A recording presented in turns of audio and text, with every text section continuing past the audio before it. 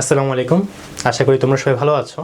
তো আমরা আজকে লেকচারে দেখব যে আমরা কিভাবে সংখ্যা পদ্ধতি যে চারটা ছিল যেটা আমরা লাস্ট লেকচারে দেখেছি ওগুলোর মধ্যে কনভার্সনটা করতে পারবো।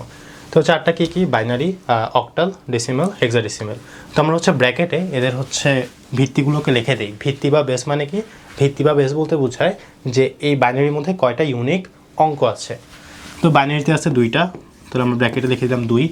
অক্টালে আছে কয়টা? 8টা। ডেসিমালে আছে 10টা। আর হেক্সাডেসিমালে আছে আমাদের 16টা।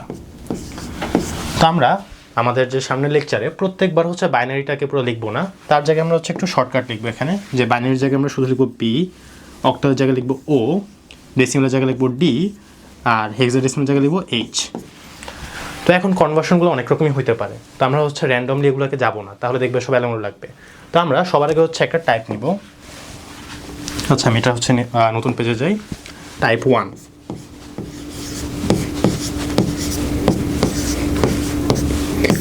তো টাইপ 1-এ আমরা কোন কনভার্সনটা শিখব? দেখো, তুমি যখন ছোটোকালে সংখ্যাগুলো শেখা শুরু করেছো, তোমার মায়ের কাছ থেকে শিখতে পারো, নার্সারিতে তুমি স্কুল থেকে শিখতে পারো। তো আমি ধরে নেই আমরা যেরকম বাংলা শিখেছি মাতৃভাষা, তেমনই মায়ের কাছ থেকে আমরা প্রথম যে সংখ্যাগুলো শিখলাম ওদেরকে আমরা আমাদের মাতৃভাষার সাথে তুলনা করতে পারি, যেটা ছিল কি ডেসিমেল বা দশমিক। তাহলে আমরা টাইপ 1-এ এই যে আমরা যেটা অলরেডি পারি ডেসিমেল, এখান থেকে যে নতুন যে 3টা তোমাদের সামনে ইন্ট্রোডিউস করলাম এগুলোতে কীভাবে রূপান্তর করতে পারি ওইটাকে আমরা আজকে শিখবো। তার মানে আমাদের টাইপ 1-এ আসবে কি, যে ডেসিমেল থেকে বাইনারি কীভাবে যাওয়া যায়, অক্টালে কীভাবে যাওয়া যায়, হেক্সাডেসিমেলে কীভাবে যাওয়া যায়। এর অর্থ কি? এর অর্থ ধরো তোমাকে ডেসিমেলে একটা নাম্বার বলা হয়েছে যে তুমি আজকে বাজারে গেছো, তোমাকে মনে করো 130 টাকা কিছু কেনাকাটা করতে হয়েছে। তাহলে যে 130, 130, তাহলে এটা কি ডেসিমেলে বললাম আমরা, তাহলে জন্য আমি এখানে লিখবো 10। আমাদের লেখা নিয়ম এরকম ব্র্যাকেট দিয়ে নিচে ভিত্তিটাকে লিখে দেওয়া লাগে। এখন তুমি মনে করো এই যে 130, তুমি এটা কম্পিউটারে টাইপ করলা, কম্পিউটারের প্রসেসরে জিনিসটা গেল। তো কম্পিউটারের প্রসেসর কিন্তু শুধু বাইনারিতে বুঝে, ও কিন্তু 3 বুঝে না। তাহলে এই যে 130 যেটা আছে ডেসিমেলে, এটা কিন্তু বাইনারিতে কনভার্ট করে নিবেও। তাহলে এই জিনিসটা আমরা শিখবো যে এই ডেসিমেলটা যেটা আমাদের 130 বাইনারিতে নিয়ে গেলে এটা কী হতে পারে, এটা কি হবে যখন আমি এটাকে বাইনারিতে নেব, যখন আমি এটাকে অক্টালে নেব, যখন আমি এটাকে হেক্সাডেসিমেলে নেব। তাহলে আমাদের প্রথমে এই জিনিসটাকে আজকে কভার করতে হবে। তাহলে দেখো, ডেসিমেল আমি একটা সংখ্যা 130, এটা দিয়ে যদি আমরা শিখি, তার আগে আমরা তোমাকে একটা জিনিস বলে নেই যে আমরা যখন সংখ্যা প্রকাশ করি এখানে কিন্তু 2টা অংশ থাকে। একটা থাকে ইন্টিজার বা পূর্ণ অংশ, আর একটা থাকে ভগ্নাংশ, তাই না? এখানে তো যেমন পূর্ণ অংশ দেওয়া আছে, আর ভগ্নাংশ হইতে পারে। মনে করো তুমি পরীক্ষা হলে 80.25 নাম্বার পাইছো। তাহলে এখানেই দেখো, এই যে মাঝখানে আমরা পয়েন্টটা দিছি, এটাকে আমরা কি বলি? ডেসিমেল পয়েন্ট, মানে দশমিকে বলতে গেলে। আর নর্মালি ইন জেনারেল জিনিসটাকে আমরা রেডিক্স পয়েন্ট। তো রেডিক্স পয়েন্টের এই যে তুমি যদি বাম দিকে আসো, তুমি যেগুলো পাবে এগুলো পূর্ণ অংশ, যাদেরকে আমরা ইন্টিজার বলি। এগুলো আমাদের পূর্ণ অংশ বা ইন্টিজার।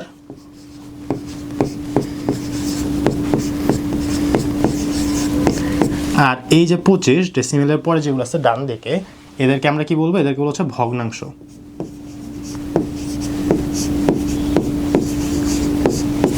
তাহলে এই যে পূর্ণ অংশ এবং ভগ্নাংশ, এই দুটো জিনিসকে কিন্তু আমাদের ডিফারেন্ট ওয়েতে কনভার্ট করতে হয়। তো সবার আগে আমরা এই যে টাইপ 1, অর্থাৎ আমাদের মাতৃভাষা থেকে অন্যান্য ভাষাতে যাচ্ছি, এটা কীভাবে লিখে দিই যে মাতৃভাষা থেকে অন্যান্য, মাতৃভাষা থেকে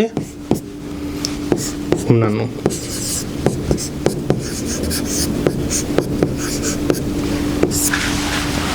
ঠিক আছে? তাহলে আমাদের এই যে ডেসিমেল থেকে আমি একটা সংখ্যাকে বাইনারিতে কনভার্ট করলে কী হবে, অক্টালে করলে কী হবে, হেক্সাডেসিমেলে করলে কী হবে, এখন আমরা ওই জিনিসটাই দেখব। তো এখন পূর্ণ অংশের জন্য আমরা কী করি? এর জন্য কিছু নিয়ম আছে। পূর্ণ অংশ, এখন দেখো এই নিয়মটা কিন্তু সবার জন্যই সিমিলার। তুমি যদি ডেসিমেল থেকে বাইনারিতে যাও, অক্টালে যাও, কিংবা হেক্সাডেসিমেলে যাও, প্রসেসটা কিন্তু সিমিলার। তো আমাদের কী করতে হবে? পূর্ণ অংশের জন্য আমাদের যে দশমিক যে সংখ্যাটা আমাদের কাছে আছে, ডেসিমেলে যে নাম্বারটা আছে, ডেসিমেল নাম্বারটাকে ভাগ দিতে হবে। ডেসিমেল নাম্বারকে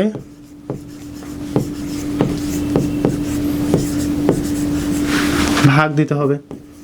এখন তুমি কি দ্বারা ভাগ করবা?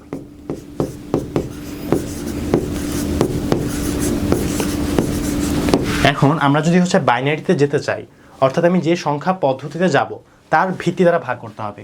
এই যে ভাগটা কি দ্বারা ভাগ করব, যে সংখ্যা পদ্ধতিতে যাব তার ভিত্তি দ্বারা ভাগ করব, যে সংখ্যা পদ্ধতিতে যাব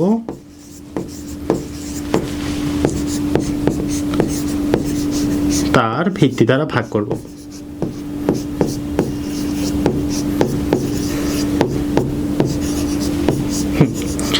তাহলে আমরা হচ্ছে একটু আগে যে একটা সংখ্যা নিলাম না 130, তো ধরো আমার হচ্ছে প্রথম টাস্কটা হচ্ছে আমি 130 যেটা আছে এই 130 কিসে ডেসিমেলে, এটাকে আমি হচ্ছে বাইনারিতে যেতে চাই। বাইনারিতে কত হবে, যখন আমার ভিত্তি হবে 2, তাহলে আমার প্রথম কাজ কি ভাগ দেওয়া, তাহলে আমি 130কে ভাগ দিব।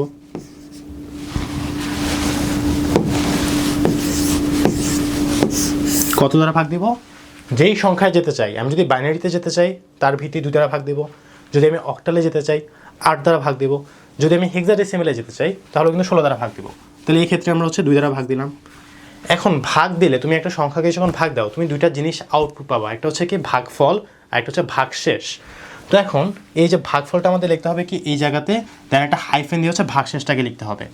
তো আমাদের এখানে বলো তো তুমি 130কে যদি 2 দ্বারা ভাগ দাও কত আসে, 65 না, 65 দ্বিগুণে 130, তো আমাদের ভাগফলটা কত আসে এখানে 65, আর ভাগশেষটাকে এরকম হাইফেন দ্বারা লিখতে হবে। ভাগশেষটা কত, ভাগশেষ তো কিছু নাই, তুমি যখন 130 2 দ্বারা ভাগ দিছো টোটালটি ভাগ হয়ে গেছে, তাহলে ভাগশেষটা হবে আমাদের 0। তারপর আমি যদি এটাকে আবারও 2 দ্বারা ভাগ দেই তখন আমার এই যে 65কে এখন তুমি যদি ভাগ দাও দেখো তো কীভাবে হয়। তুমি কি 65কে 2 দ্বারা ভাগ দিতে পারবা টোটালি, পারবা না, তুমি 64কে পারবা, যে 32 দ্বিগুণ 64, তাহলে এদিকে নিলাম আমি হচ্ছে 32, এদিকে আসলো আমার 64, কত বাদ আছে 1, তার মানে এই যে 1 এটাকে আমি সম্পূর্ণ ভাগ করতে পারি নাই, এই একটা হচ্ছে আমার ভাগশেষ। তাহলে এখন আমার ভাগফলটা কত আসবে 32, আর আমি এখানে হাইফেন দ্বারা ভাগশেষকে লিখবো 1। ওকে, তারপর আমি আবার এটাকে ভাগ দেবো 2 দ্বারা। এখন বলো 32কে 2 দ্বারা ভাগ দিলে কত আসে 16, ভাগশেষ কত 0। দেন 16কে যদি আমি এভাবে সিমিলারলি 2 দ্বারা ভাগ দেই 8, এখানে আসবে হচ্ছে আমাদের 0 ভাগশেষ। তারপর তুমি যদি এটাকে আবারও 2 দ্বারা ভাগ দাও 4 0, এই সেম জিনিসটাকে যদি আমরা হচ্ছে আবারও 2 দ্বারা ভাগ করি, আচ্ছা আমি এটাকে একটু ছোটো করে নিই সবগুলোকে।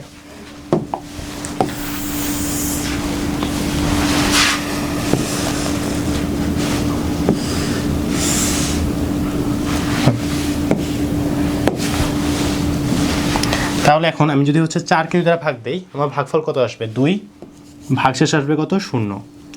তারপর তুমি যদি হচ্ছে এই যে 2 দ্বারা আবারও ভাগ দাও, দেখো যতক্ষণ পর্যন্ত ভাগ যাবে আমরা কিন্তু ভাগ দিয়েই যাব। এখন তুমি 2কে যদি 2 দ্বারা ভাগ দাও কত আসবে দেখো তো, এদিকে মনে করো 2, তুমি এখানে 2 দ্বারা ভাগ দিলা, 2 1 কে 2, ভাগশেষ থাকবে 0, তাই না, মানে ভাগফল আসবে 1, ভাগশেষ 0। দেখো ভাগফল তো এখন আছে, তুমি আবারও ভাগ দিবা, তার মানে যতক্ষণ পর্যন্ত আমার ভাগফল 0 না হয় ততক্ষণ পর্যন্ত আমাদের ভাগ দিতে থাকতে হবে।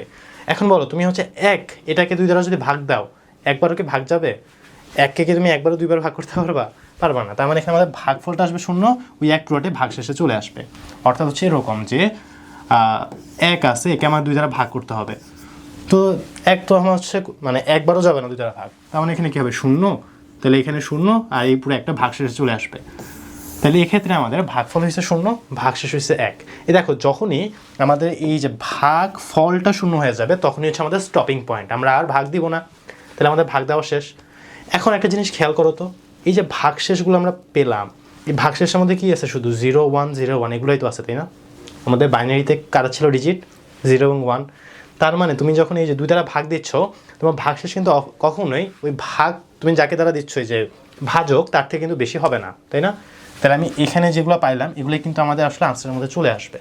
কিন্তু কথা হচ্ছে তুমি এটা কীভাবে সাজা লিখবা, তুমি নিচ থেকে শুরু করে উপরের দিকে যাবা, সবার আগে নিচেরটাকে লিখবা, তারপর আস্তে আস্তে আস্তে আস্তে আস্তে উপরেগুলোকে লিখবা। তো নিচেগুলো সবার আগে লিখবো মানে কি সবার আগে আসবে, তাহলে দেখো সবার আগে আমি কী লিখবো এখানে 1, তারপর কী লিখবো 0, তারপর কী লিখবো 0 0 0 0, আরও 3টা 0, তারপর হচ্ছে এখানে 1 আবার 0। তাহলে এই যে আমরা জিনিসটাকে লিখলাম এই জিনিসটা দেখো যে নিচে ছিল ওকে সবার আগে লিখছি না, আর আমরা জানি যে যেটা আগে আসলে মান কিন্তু বেশি হয়। এটার মান যদি নর্মালি বলি একক দশক স্থানীয়তে এটার ঘর মানে যা হবে তার থেকে 10 গুণ এটা বেশি, তার থেকে 100 গুণ বেশি, তার মানে এদিকে যত আসবা ওই সংখ্যাটার মান কিন্তু তত বেশি হবে। তার মানে আমার নিচে যে আছে ওর ভ্যালুটা সবচেয়ে বেশি, এই জন্য এটাকে আমরা বলি হচ্ছে মোস্ট সিগনিফিক্যান্ট বিট বলা হয়। নর্মালি হচ্ছে সবার ক্ষেত্রে ডিজিট বলি, বাট যেহেতু বাইনারি, তো বাইনারিকে একটু বিশেষ আদরে রাখা হয় বিট, এই জন্য এটাকে লিখে এমএসবি, মোস্ট সিগনিফিক্যান্ট বিট। আর উপরটা কি, লেস্ট সিগনিফিক্যান্ট বিট, তার মানে এই বিটের গুরুত্ব সবচেয়ে কম। তাহলে এই যে আমরা যে সংখ্যাটা পেলাম, এখানে শুধু কেউ আছে 1 এবং 0 না, এই জিনিসটাই হচ্ছে আমার 130-এর বাইনারিতে রূপ। আশা করি জিনিসটা তোমরা বুঝতে পেরেছো, যে আমরা যে সংখ্যা যাব তার ভিত্তি দ্বারা ক্রমান্বয়ে এটাকে ভাগ দিতে থাকবো। তো ভাগ দিতে দিতে একসময় আমাদের ভাগশেষটা কী হবে, শূন্য হয়ে যাবে, সরি ভাগফলটা শূন্য হয়ে যাবে। তো যেই মুহূর্তে ভাগফলটা শূন্য হবে সেখানে কিন্তু আমাদের থামতে হবে। তো এই যে আমাদের সংখ্যাটা মানে উত্তরটা আসলে এটা কিন্তু আমাদের কাঙ্ক্ষিত রেজাল্ট।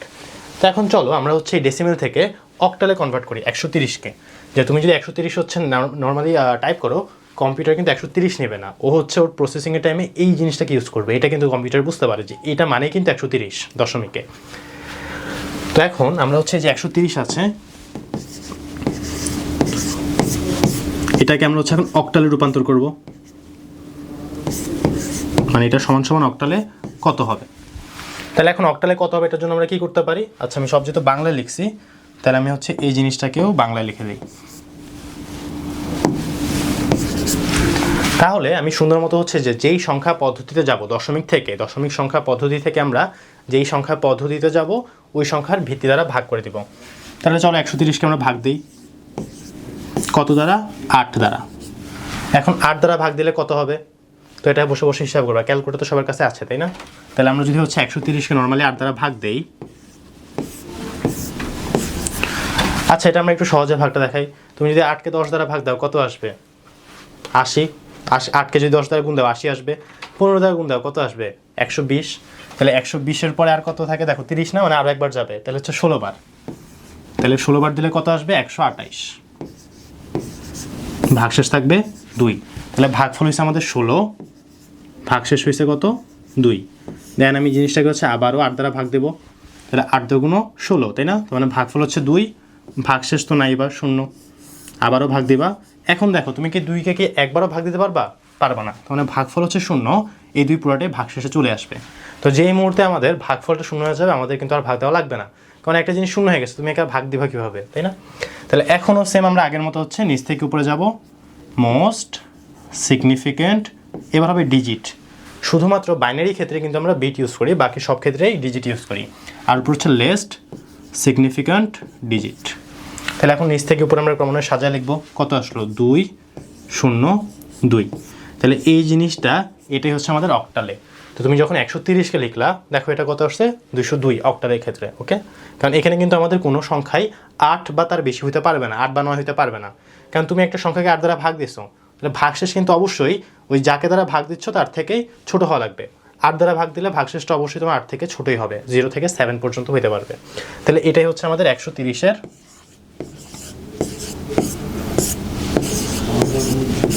Octal format.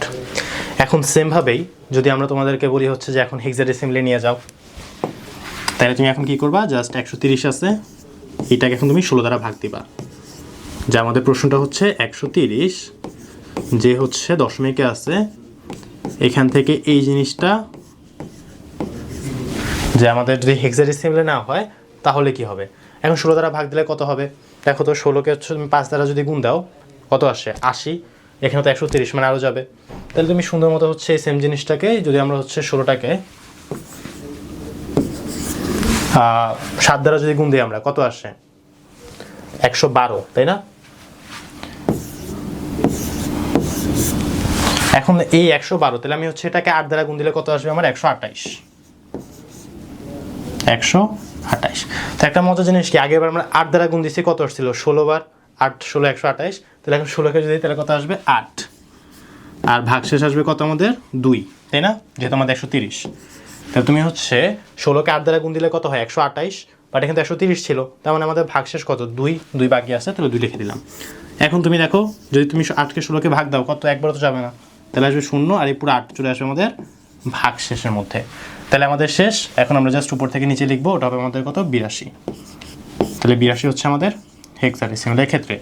তাহলে হচ্ছে আমাদের 160 যেটা ছিল আমাদের দশমিক, সরি 130 যেটা, এইটাকে হচ্ছে আমরা যখন হেক্সাডেসিমেলে নিলাম আমাদের কত আসলো, 82 আসলো তাই না। তো এখন হেক্সাডেসিমেলের ক্ষেত্রে আমাদের একটা জিনিস একটু মনে রাখতে হবে। তো এটা হচ্ছে যখন আমাদের সংখ্যা অনেক বড় হবে তখন কিন্তু ভাগশেষটা তোমার হচ্ছে যে অলওয়েজ 8, 2 এরকম না, তোমার 16 থেকে ছোট যে কিছু হতে পারে, তাই না? ধরে নাও আমাদের ভাগশেষটা হচ্ছে কথার কথা হইলো 12, হইলো 13, হইলো 15, তখন তুমি কি করবা? আমি এখানে জাস্ট জিনিসটা এক্সাম্পল আকারে লিখে দেই, আমি এই পাশটা মুছে দিই একটু।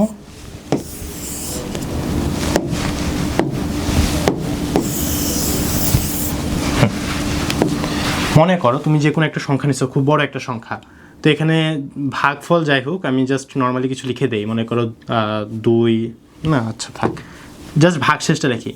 ভাগশেষ তুমি যদি 16 দ্বারা ভাগ দাও তোমার ভাগশেষ কী হতে পারে? 10 হইতে পারে, 11 হইতে পারে, 12 হইতে পারে, 13 হইতে পারে, 14 হইতে পারে, 15 হইতে পারে, তাই না? মানে 0 থেকে 9 তো আসেই, সাথে কিন্তু এগুলো হইতে পারে। এখন তুমি যদি ভাগশেষের জায়গায় আসে, মনে করো 8-এর জায়গায় কোনো কারণে 15 আসলো, তুমি কি 15 লিখতে পারবা?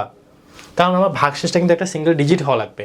তুমি যদি 15 লিখে ফেলো তার মানে কি ওই জিনিসটা আসলে 2টা ডিজিটের কম্বিনেশন, একটা সংখ্যা হয়ে গেছে। তো আমরা কি জানি হেক্সাডেসিমেলে কিন্তু আমরা 10 লিখি না, তখন তোমার ভাগশেষে যদি 10 আসে কোনো কারণে তুমি 10 লিখলা, লিখে ব্র্যাকেটে লিখে দেবা এ, অর্থাৎ তোমার উত্তরে কিন্তু 10 লিখতে পারবে না, তখন তোমাকে উত্তরে শুধুমাত্র এ বি এগুলো কিন্তু আনতে হবে। তার মানে আমাদের ভাগশেষ যদি হয় 10 তাহলে লিখবো এ, যদি হয় 11 তাহলে বি লিখবো, 12 হলে লিখবো এটাকে সি, ক্রমান্বয়ে হচ্ছে ডি, তারপর হচ্ছে ই, আর হচ্ছে এফ। তাহলে এই যে জিনিসটা এটা হচ্ছে আমাদের কিন্তু একটু স্মরণ রাখতে হবে। যদি আমাদের হেক্সাডেসিমেল নির্ণয় করার সময় ভাগশেষ কোনো কারণে হচ্ছে যদি 10, 11, 12, 13, 14, 15 এগুলো আসে, আমরা কিন্তু এগুলোকে সরাসরি উত্তরে লিখবো না। আমরা এর যে অ্যাকচুয়াল রিপ্রেজেন্টেশন যেটা আমরা হেক্সাডেসিমেলে ইউজ করি, 10-এর পরিবর্তে আমরা কি লিখি? এ, এই জিনিসটা তোমাকে ব্র্যাকেট দিয়ে সুন্দর মতো লিখে দেওয়া লাগবে। আর যখন তুমি মেইন আনসারটা এখানে বসাবা তখন তোমাকে কিন্তু হচ্ছে এটাকেই লিখতে হবে। তো আশা করি আমরা হচ্ছে সকলেই যে ডেসিমেল নাম্বার থেকে বাইনারি, অক্টাল, হেক্সাডেসিমেলে কীভাবে কনভার্ট করতে হয় এই জিনিসটা বুঝতে পেরেছি। তোমাদের দায়িত্ব হবে এরকম সিমিলার প্রশ্ন নিয়ে এগুলোকে প্রচুর পরিমাণে প্র্যাকটিস করা। ম্যাথামেটিক্যালগুলো তোমরা যত বেশি পরিমাণে প্র্যাকটিস করবে ততই কিন্তু তোমাদের হাতের ফ্লুয়েন্সিটা বাড়তে থাকবে। তো আমরা এগুলো তোমাদের সামনে হচ্ছে ক্যালকুলেটর শর্টকাট ভিডিও নিয়ে আসবো। তো আশা করি আজকে লেকচার তোমরা সবাই বুঝতে পেরেছো।